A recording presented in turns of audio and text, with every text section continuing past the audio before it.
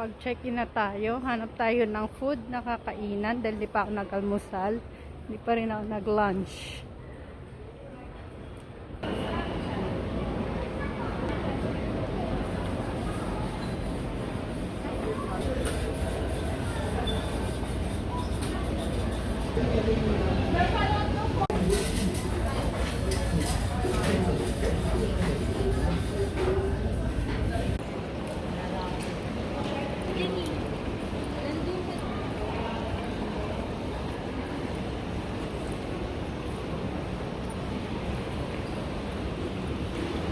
Departure na tayo. Tapos na tayong kumain. Kaya punta na tayo sa departure. Yan. Waiting. Tsura ko dito. Waiting ako. Wala pa masyadong tao.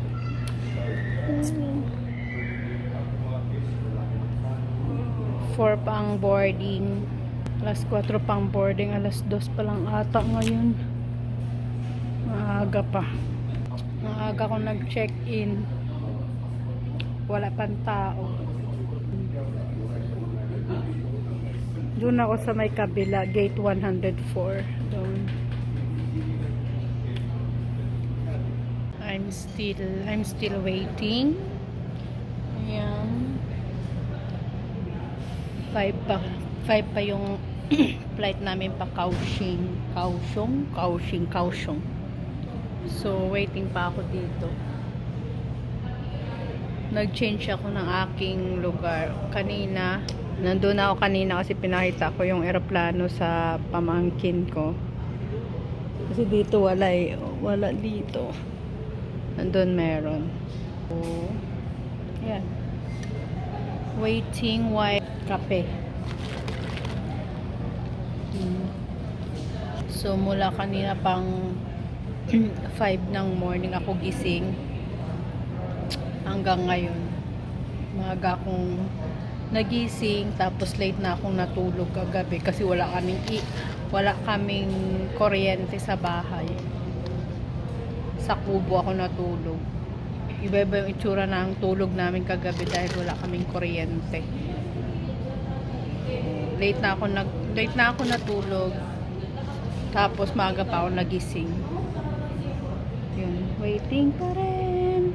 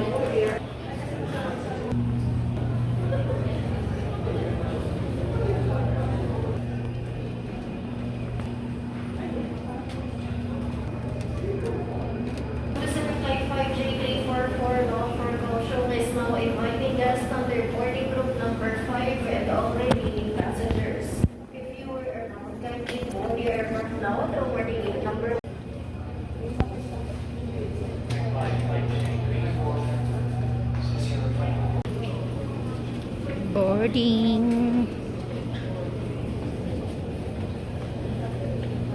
Let's go.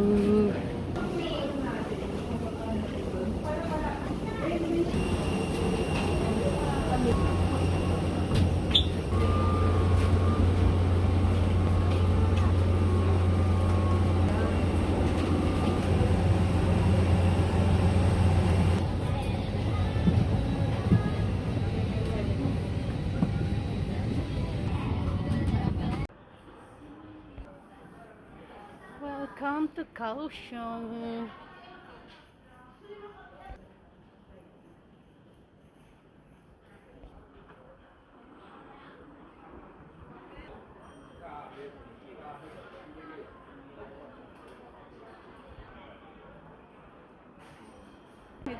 up na natin ang ating luggage.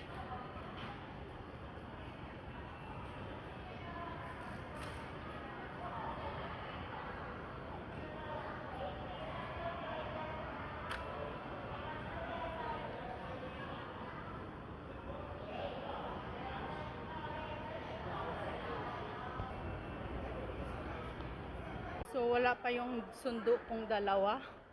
Late daw sila makakarating dahil ang akala nila 7:50 pa ang dating ko. Pero andito na ako. Mag-coffee tayo. Andito na ako sa labas. Yung sundo ko wala pa rin. Sabi andito na raw sila. Sana kaya yung mga yun?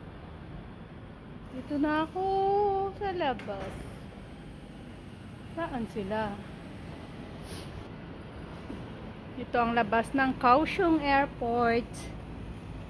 Pero ang aking dalawang pamangkin, di ko alam kung nasaan.